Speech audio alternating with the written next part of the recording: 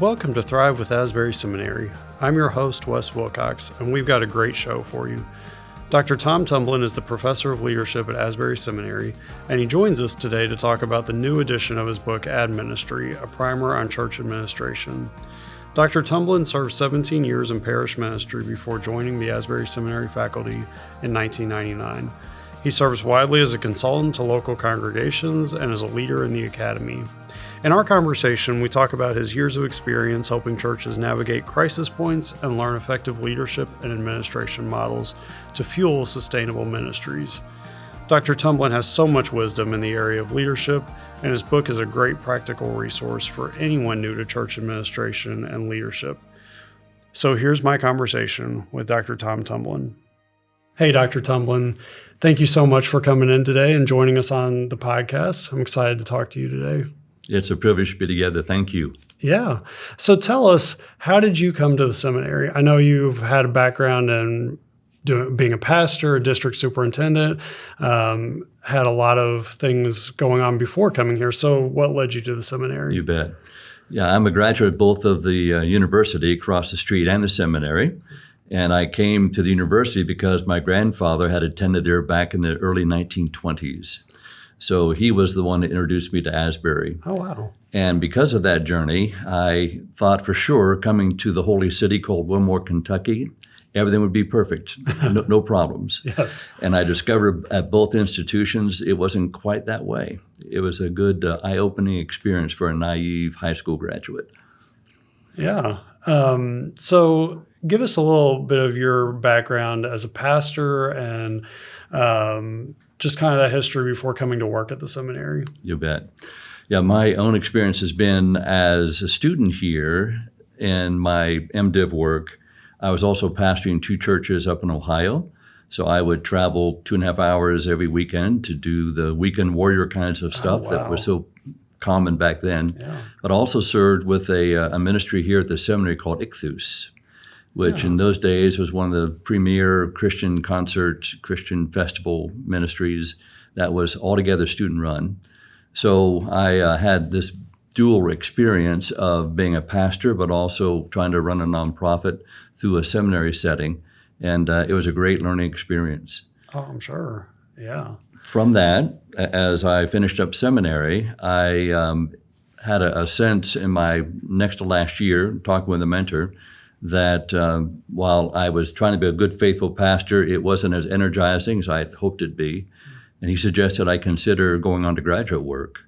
And through a series of conversations, intersections, I graduated from the seminary, went to another parish and served there, got married while I was there, and then went on to graduate school, never intending to be back in the church. While in graduate school, another mentor said, you need to talk to Ginghamsburg Church. They're looking for somebody with your gifts. I did that, and by the Lord's grace, and quite the adventure, about 10 years with Ginghamsburg, and finished up my PhD while I was there. And then, again, another mentor said, you ought to think about it. By the way, it's Chuck Hunter, Dr. Hunter here, said, you ought to consider applying to the seminary. And in 1999, I came as a professor and administrator working with the Doctor of Ministry program. Yeah, well, that's exciting. So, so you've had quite a history with the seminary. It has been a long and pleasant journey. Yeah. And I thought I was nice and safe being here in my first 4 years until the bishop called. And at that point, I was called to be a superintendent up in Ohio. While being here as a professor part-time. Oh, wow. Did that for 5 years. Would not recommend doing two jobs at once like that, any length of time, but I learned a lot. I'm sure you did. And thankfully, the seminary invited me to come back full-time in 2008. Wow. Yeah, because doing district superintendent work, you would have to be traveling a lot. Yes. I'm sure that was hard balancing those two things. It was an adventure, and I'd be down at least once a month for a weekend, and then usually a Monday or maybe a week-long class.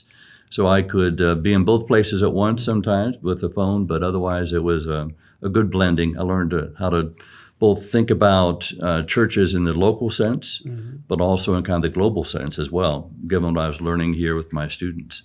Yeah. And so I'm sure a lot of that experience has informed what you're here to talk to us today about, which is the second edition of your book, Administry, A Primer on Church Administration. So as we get into talking about the book, tell us at the beginning, how did the title Administry come about? Sure. Yeah. The experience here at the seminary at the time and what's true today is this wonderful mix of knowing that we exist as a seminary to serve the church. That's our primary calling. And in that, while I was serving the church, one of my mentors here, Dr. Wayne Goodwin, had a course on administration. And he was the one who introduced the idea of administry. Yeah. That administration isn't what it's about, it's mission that it's about. And the administration should be the background of it all.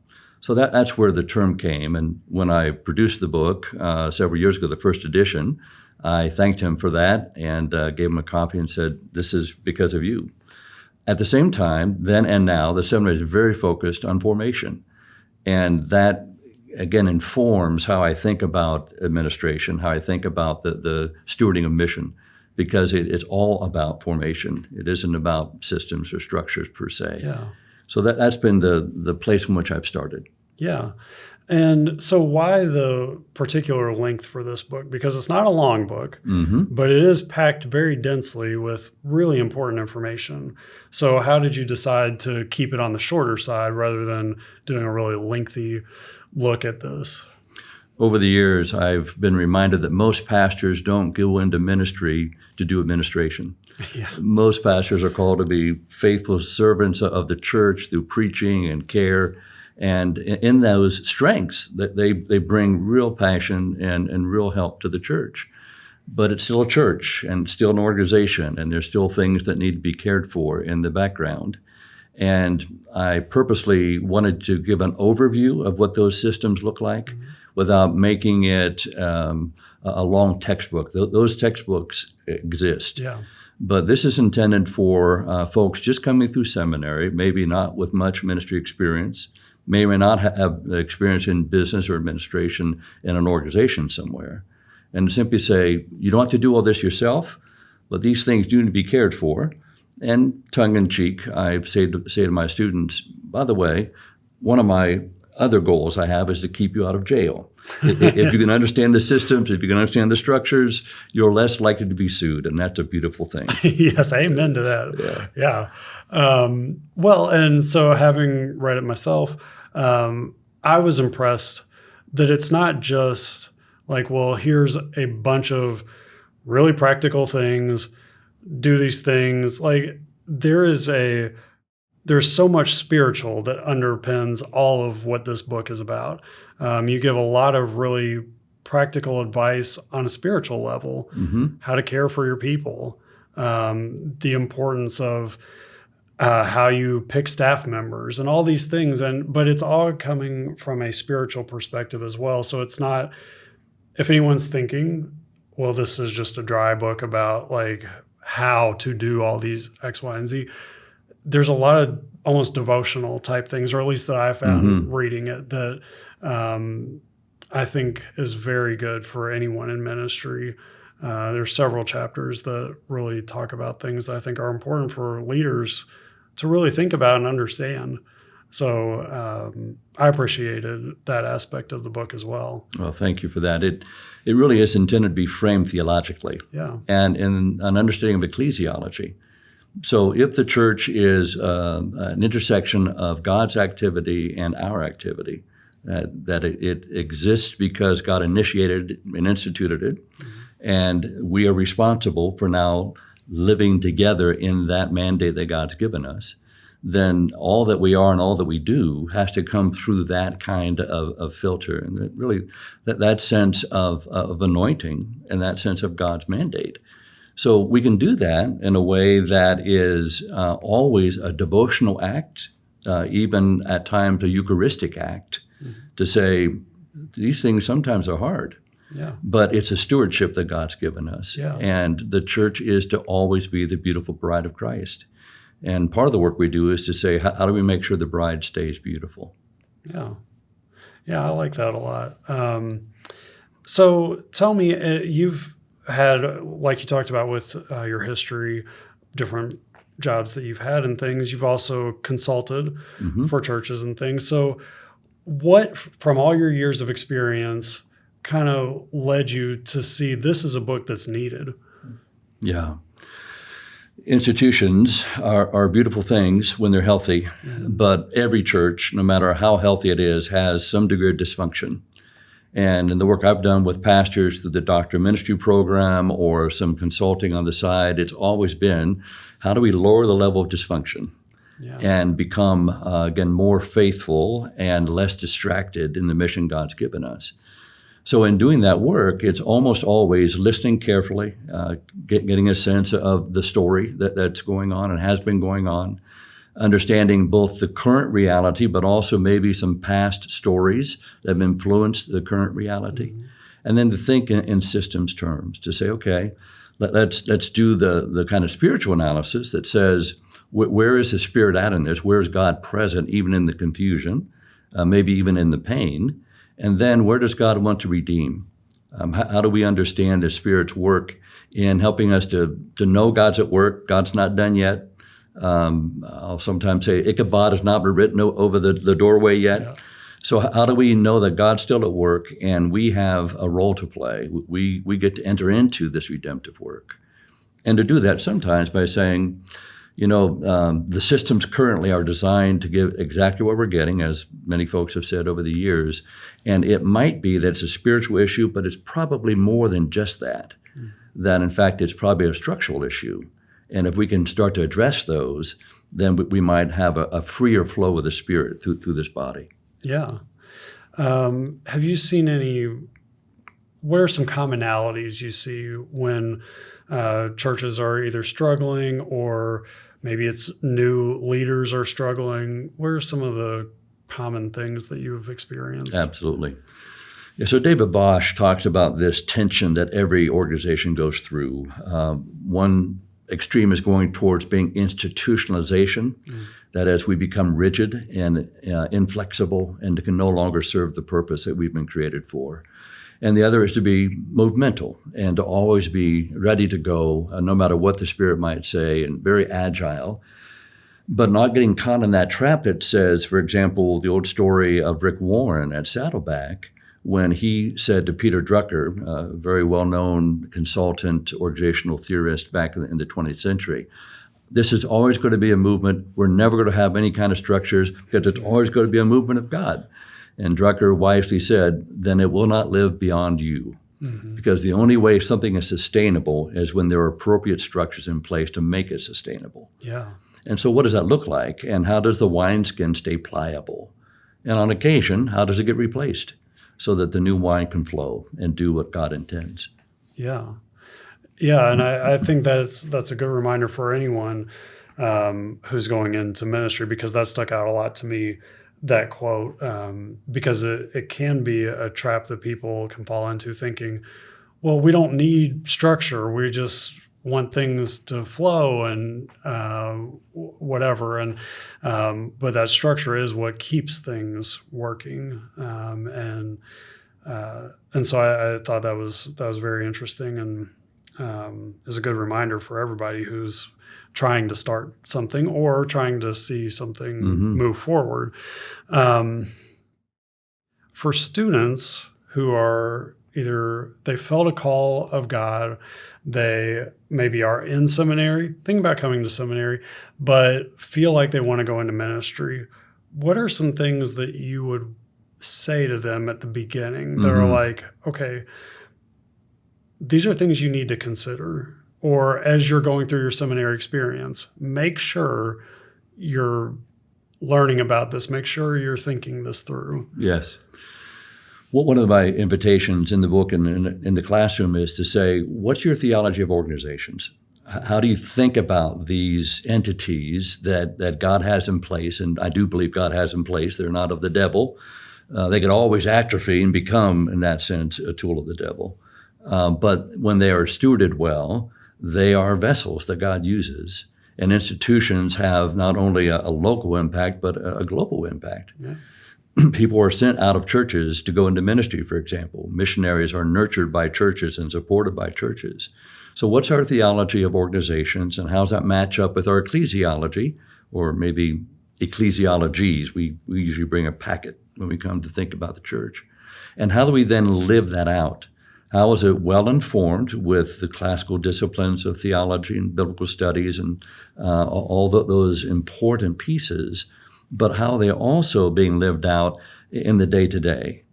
And if we can continue to close the gap between our vision, our ideal of what a church ought to be or a nonprofit ought to be, with our lived reality, when we can close that gap as much as humanly possible, then there's alignment, and the Spirit is able to flow in more freely, powerful ways.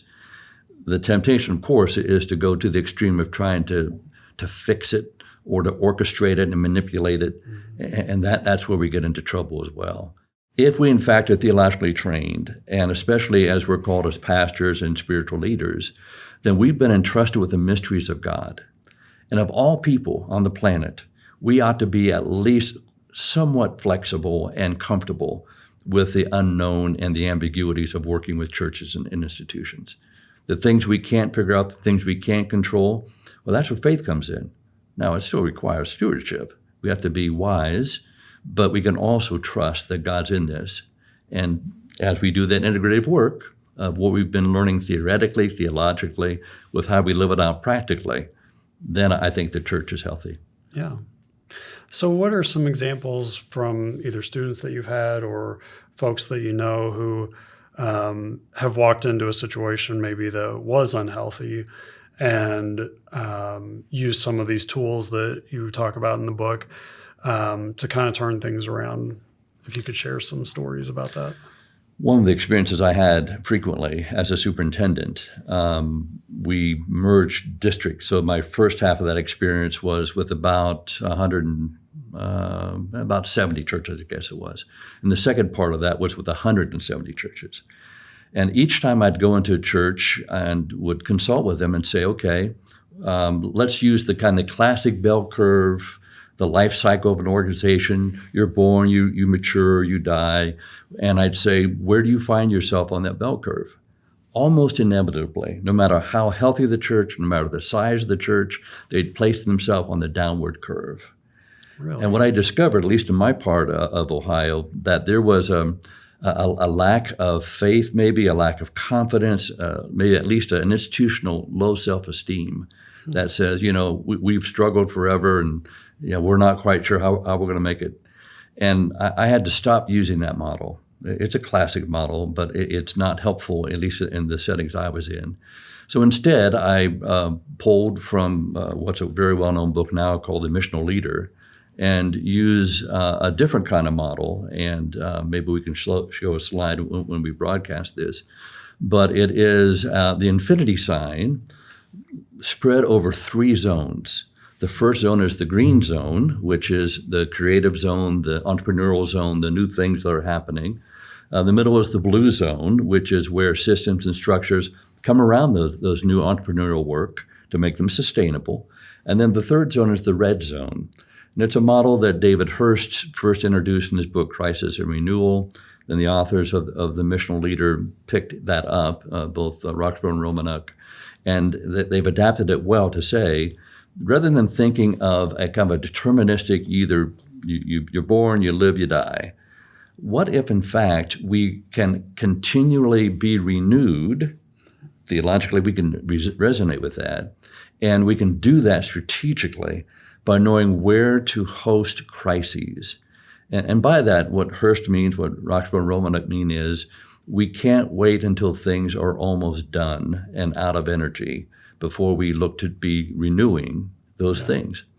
Knowing when to let go of ministries that no longer are effective, for example. Or maybe there's a change in the neighborhood. I know of a pastor up in Ohio, there's a new industry coming in with microchips.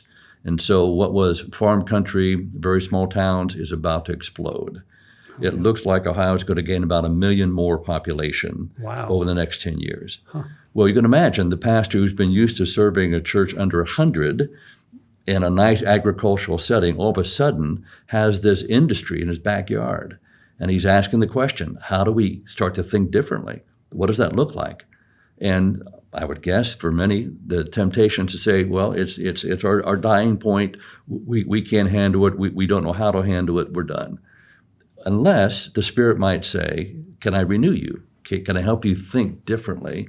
Can I help you think more creatively? And might the Lord want to do a new thing through this small church and to do it in a way that is going to reach all of these folks who are about to move into our neighborhoods? So that's what I like about that particular model. And when I started using that conversation, that kind of model, then what I discovered was that churches could see, okay, we are just a crisis away of being renewed rather than a crisis away of dying. Yeah. And that reframes the whole perspective. Oh, for sure. Yeah. Yeah, I do think that model is very helpful for churches, especially churches who are at a point where they're wondering, how do we evolve, or how do we keep this going in a way that's going to be good for our community? So a question that is maybe slightly related, but what do you say to pastors who are going into a situation where their congregation is predominantly older? There isn't much noticeable growth happening within the church. And so what kind of tools or advice do you give pastors in those settings? Yeah. One, I start by apologizing that we in the seminary, we in theological education have not done a better job of helping them to think through those questions. One of the more recent discoveries in the last 2 years through the Lausanne movement is that the entire world population is getting older and smaller. That because the birth rates have gone down, that means folks are living longer, and it's also, in that sense, getting older. And we will probably peak out around 9 billion people, it looks like, and certainly no more than 10, and then we'll start to decline in size. Now, for whatever foreseeable future that might mean. Well, that means if my congregation's an older congregation, I'm simply a forerunner of an international trend. And that has a different feel to it than simply saying everybody else is young and we're not.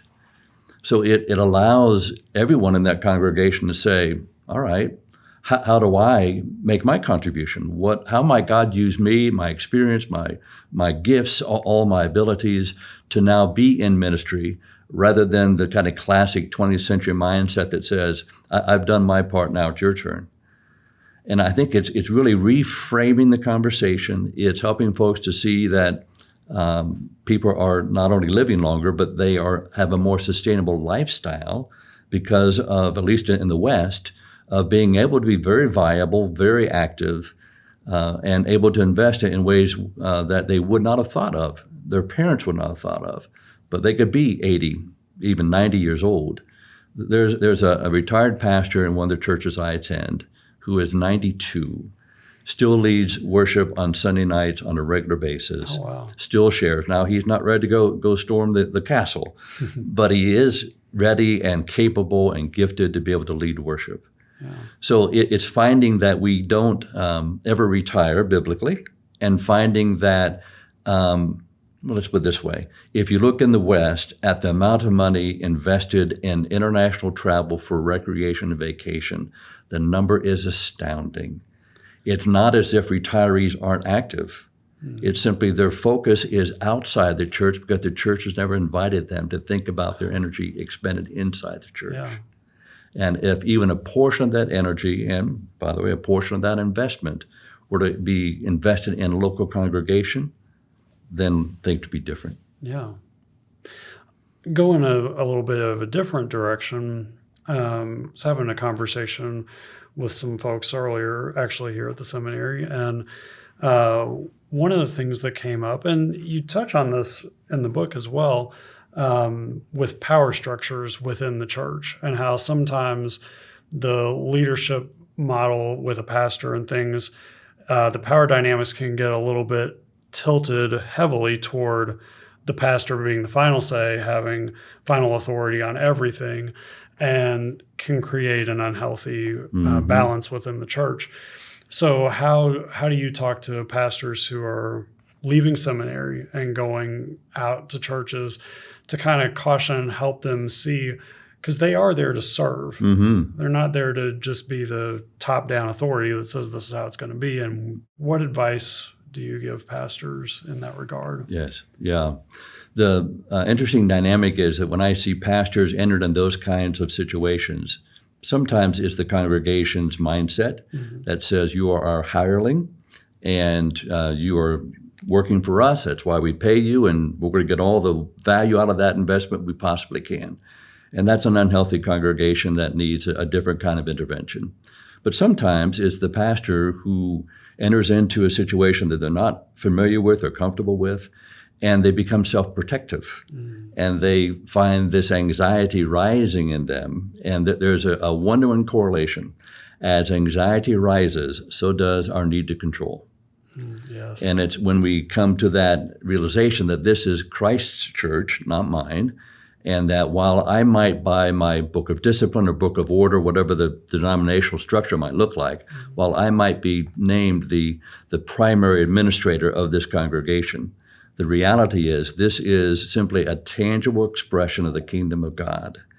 And if that's what the Lord is up to, then we have to renegotiate, kind of find our way to navigate through all of the structural pieces and start to get back at the heart of things. Now, sometimes that can be done between the pastor and the congregation. They're healthy enough to have that conversation. But sometimes it takes some intervention. It takes someone from the outside to come and say, let's think through, how do we think about this church? What's our theology of this particular congregation? Why do we exist? And if we're, for example, running into this, say, decline in attendance, which is so common nowadays in the West, then how do we think about what the Spirit might be doing? Where is God in the midst of that? It's the classic spiritual direction question. And the pastor of all people ought to be skilled in that spiritual direction work to say, okay, I understand, I'm anxious too, I understand, but where's God in this? And how do we discern together? What's our process for hearing the voice of God, both supernaturally and through each other, to say, all right, God's not done yet, the church is not done yet, we need to think differently. Yeah. And I thought it was interesting. You have a chapter where you do talk about different discernment models and different ways to go about discernment. And I found that fascinating because I didn't realize there were so many different actual models for doing this, but also interesting to just see the different ways that an organization can go about that. Do you want to talk about some of that? Absolutely. But part of that is just my own journey. I have great admiration for pastors and leaders who just have that spiritual discernment gift. And I've always been wrestling with a mix of envy and jealousy when I experience pastors and leaders like that. But that's not me. It takes a 2x4 to get my attention. I hear God through spreadsheets. I can hear God there, but this kind of ability to pray and to hear God's voice, it's harder for me. That's why I need folks around me who do have that gift and other gifts as well. And when the model for discernment is not necessarily Mosaic, as in Moses coming down from the mountain with the direction of God, but rather becomes more of a New Testament model that says we are a body of Christ, we are discerning together, and we're going to trust that Spirit's going to be just as faithful to speak to a lay person, maybe even a person behind the scenes, as the pastor or key leaders. And it's in that shared model that I think it's the healthiest. When we practice, when we become disciplined in knowing how to do that well, and not just simply, let's put it this way. Sometimes we have more trust in what we would call divine intervention when we really mean magic. And we've not done the hard work of saying discernment through the scriptures, discernment through prayer, discernment through listening to even a wider neighborhood of churches who might be a step ahead of us. Yeah. To say, might God be speaking to the entire region, and might there be some ways to be in sync together for this particular city or this particular county? It puts it in a whole different frame, and it allows us to trust more. Yeah. Because we're in it together. Well, and I like that you brought that up. That was another discussion that we were having just this afternoon, was what have you found when consulting with churches about the benefits of a more ecumenical way of looking at things. Because you mentioned talking to other churches, and I feel like maybe it's just been my experience, but I don't see a lot of churches kind of talking to each other or bringing their congregations together or doing shared events or things. And I feel like there's just so much untapped potential there when we're all, our goal is the same thing. Mm-hmm. And it just feels like that would be a really beneficial thing. So have you seen that and how helpful that can be? I'll have fun with leaders and pastors and say, all right, you have all these great ideas. Where do they come from? Is it divine revelation? Is it a class that you took? Is it because you went to a conference and heard these stories? It's probably the latter, and maybe some classes you took. And you've been able to see it. But you have a whole congregation full of folks who haven't had that luxury. They've not been to the conference. They've not been through the classes. They've not been where you've been. Mm-hmm. And so if you are asking them to have vision, if you ask them to have faith and to trust, they probably need to see it too. So what would it be to go to a neighboring church and to find a congregation that would be a step or two ahead of us, but in a way that helps us to see what it could look like. In our own ways, we adapt it for our own setting, but it gives us a sense of what that might be. So many times in congregations, I would say to them, about a half-hour drive from here is a congregation that is a step or two ahead of you as you wrestle with this question. It might be around small groups. It might be around a new mission initiative. It might be about starting a new worship service, whatever that is. And I simply suggest, why don't you go talk with that pastor and some of their key leaders and let them help teach you and let them show you what that looks like. Now, when that happens, it's amazing how the Spirit gives new gifts of faith to the lay folks who, up to that point, couldn't get their heads around it.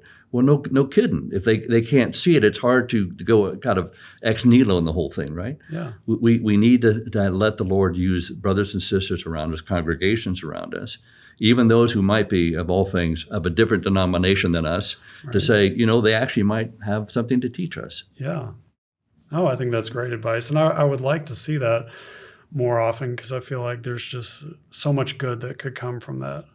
And there's a ministry in the London area called Holy Trinity Brompton, which was seeing, as they looked around the Church of England across England and in the UK, these massive, beautiful buildings now being shut down and turned into all kinds of different things. It might be a housing complex, it might be a nightclub, whatever.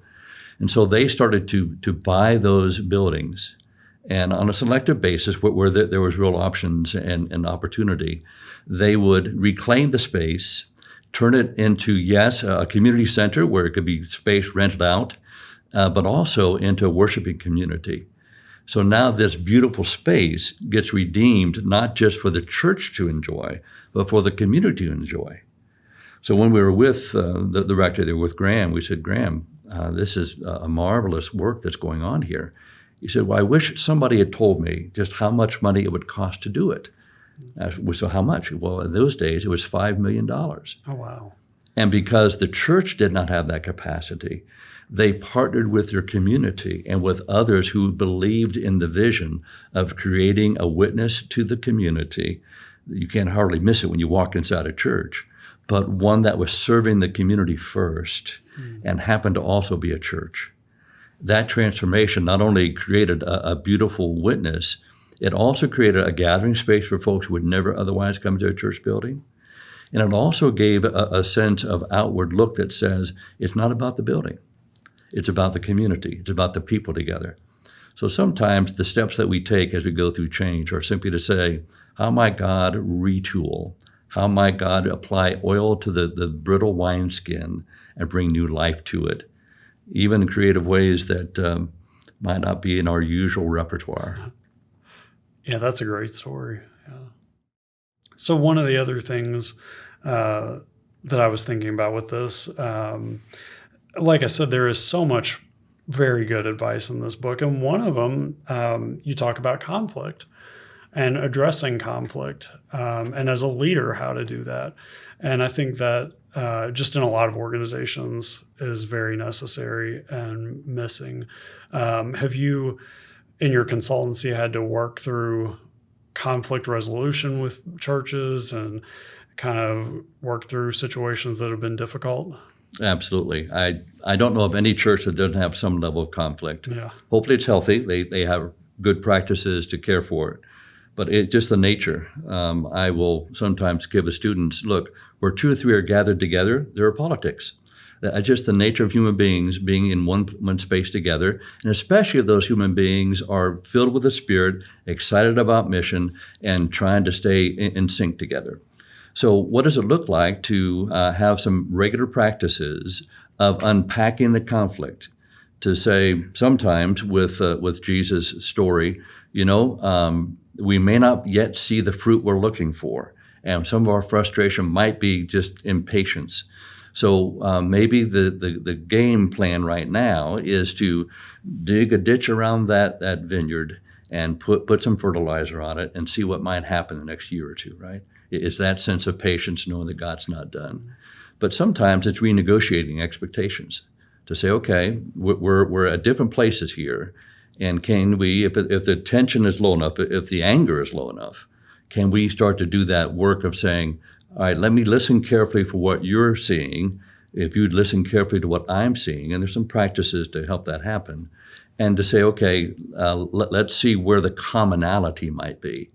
And in finding that commonality, we usually can find a path out.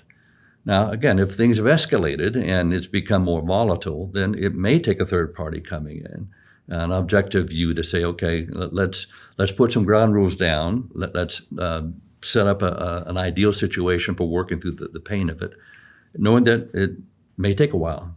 And most churches in the West, and I sometimes see it in other places around the world, we think that conflict is not of God. Yeah. And we think that we're called to what we used to lovingly call terminal niceness. And the reality is, conflict, I think, is of God. That sometimes God stirs the pot to get us churning again, to get us moving again.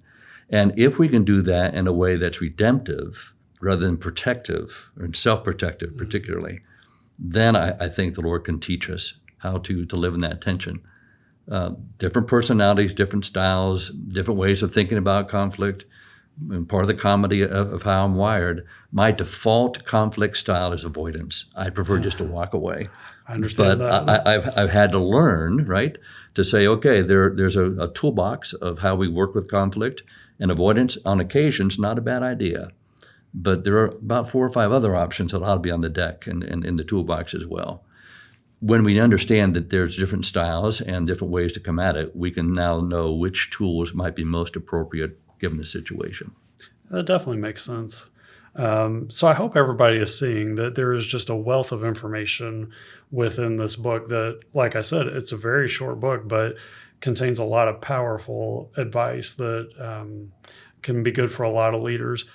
So who else can this book be good for? Like if you're in a ministry position you're not the pastor of the church, but if you're heading up a smaller ministry that's part of the church, do you see this book as being helpful to people who don't have to be the main person in charge? Yeah, I pray it will be. Yeah. And I think some of the stories that come through the book might be useful. For example, there was in one of the churches I served a small group ministry. And a young mother came through that ministry and wanted to volunteer. And as she volunteered, she became more and more ingrained in the ministry, really became a leader of that ministry. In time, she became a director of that ministry. The church was very large at that point. And then as she finished that season of her life, she moved to one of the largest churches in the United States to be on that staff, and now as a consultant to large churches. So over a matter of 30 years, just by starting faithfully as a volunteer in a small group ministry, she now has become this nationally recognized consultant. Wow. And seeing the beauty of that, that's what God intends, I believe, that each one of us, regardless of our gifting, regardless of the experience we bring, when we offer ourselves faithfully, we then can see how God can grow them, right, and us as we go through that experience.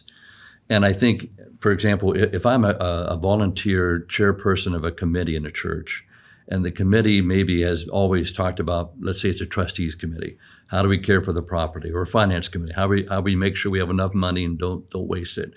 Well, if that's all that it is, then we've become very functionary and we've missed the calling. The calling is that every committee, every group, every conversation becomes this kind of conversation. What does God want to do through us as we steward this part of the mission? And that then shifts the conversation. I had some training I did with the personnel committees among those churches I mentioned in my superintendency. And I started the training by saying, I need to apologize to you. Our denomination has made you to think that you are the complaint center for the church, and I am sorry. Your mission is not to be the complaint center. You're not, and I've run across personnel groups that says, every month when they meet, any complaints? And then they just start down this long and sometimes devolving kind of conversation, and it becomes nasty. If instead they see themselves as the stewards of these relationships, both with the pastor and of the congregation. In fact, what I try to convey to them and still do today, I believe that the personnel group in a church or a nonprofit is the sanitary engineering department of this organization. They're the ones who will help filter out the unhealth and to make sure the blood is flowing to where the blood needs to be, rather than creating this kind of bloody mess of conflict. And when it is therefore requiring a spiritual maturity and a kind of wisdom that doesn't get discouraged, even disillusioned very quickly, but can trust that God's in this even when we can't see it yet. Yeah. What are some of the classes and opportunities that the seminary offers that can help students as they're embarking into ministry and preparing? We've had many conversations, many discussions with judicatory leaders, bishops, superintendents, folks like that over the years. And they would sometimes say to us, only half jokingly, it'd be really good if Asbury graduates knew how to read a budget. It'd be really helpful if they knew how to run a staff. It'd be really good if they actually knew what to do with a meeting. And so our basic leadership course that's in our Master of Divinity degree and in our leadership degree, for example, is a leadership course that deals with just the basics. Well, what is Christian leadership? What makes it Christian? What makes it leadership? How do we think about conflict? How do we think about administrative systems? How do we think about growing others and growing the organization, maturing the organization? And the one of the primary themes is whoever's entrusted to us ought to be more like Jesus when they leave us than when they first came. And that applies not only to our worship experiences or our outreaches, but even in our administrative systems. And if we're in that mode, then we're always trying to present each other mature in Christ, as Paul talks about. That then starts to make a difference. So that particular course will be just an overview and introduction. It includes multicultural leadership and includes other kinds of pieces. Then we have other courses in our Master of Arts in Leadership that work with equipping the laity, or if it's a nonprofit, how do we do leadership development in a nonprofit setting? There's a course on multicultural leadership and global leadership. How do we think in bridging these racial and ethnic kinds of diversities, and allowing us to be sensitive to the cultural differences, but also knowing that it's the beauty of that mosaic that God wants to use as a witness, as a testimony to the world. There's another course then on leading change, and we talk through, we like to think that we can tinker and somehow devise this because we're a change agent, and yes, sort of. But what if instead God's already doing the work and our job is to catch up with that work that God's already doing? So if it's that we are made in the image of God, the Imago Dei, and if it is that God's a missionary God, the Missio Dei, that we're invited to join, and if in fact we are to do that in a movemental way, well, that brings a different kind of perspective. It gives us a different kind of motivation, and it helps us to think about change differently. It's no longer what do we need to blow up, but instead it's what do we need to build up, and how do we do that in a redemptive way, and in a patient way sometimes. So those are the basic required courses in our core for the Master of Arts in Leadership. There are other courses, for example, in leading groups and organizations. There's a new series of courses coming up in digital. What does, for example, the church do with artificial intelligence? Oh, yeah. So some of those pieces will start to show up in our curriculum in the next year or so. So it's been a fun convergence to see how do we stay missional. In that sense, how do we keep an outward perspective, but to do that in a way that helps the institution, the organization, the church to be a viable vessel, a viable pipeline for God's grace. That's great. Thank you so much for coming on the show today and for talking about this. And we're going to have the link to this book in our show notes so everybody can check that out for sure. And if you know somebody who this book would be helpful for, if it's not you, it can also be a good gift to share with someone who is in leadership. And so before we wrap up, there's one question that I like to ask all of our guests. What is something in your life right now that is helping you thrive? I've had my very first sabbatical as a professor. Oh, wow. And I've become addicted. It's a beautiful thing. It's really worth doing. But in that, I've been thinking about ecclesiology. How do we think about the church? And not just simply what the systematic theology, knowing that this is divine activity and human activity, but how do we think about practical ecclesiology? How do we as human beings live into this gift that God's given us and as witnesses in that way? I was encouraged by a mentor many years ago to always have something in my courses every semester around ecclesiology, how do we think about the church. And what I discovered in these last 6 or 8 months is that the church is not only a mystery. It is, in that sense, the tangible promise of the kingdom of God, and we can think about what is and what will be and how God's kingdom is in breaking. But that gets lived out, and how we think about the church will drive how we live that out. And one of my discoveries is that we usually come with an ecclesiology that we've inherited. We usually come with a polity or denominational structure, whatever that might be, and then just our own imaginations. And it's a beautiful thing how the Spirit helps us to sort that out and to live out that. So as frustrated as I've been with the church from time to time over the years, it's a beautiful thing to see what God's about. Yeah, that's great.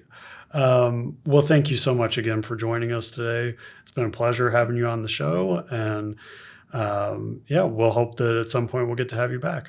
It's been an honor. Thank you.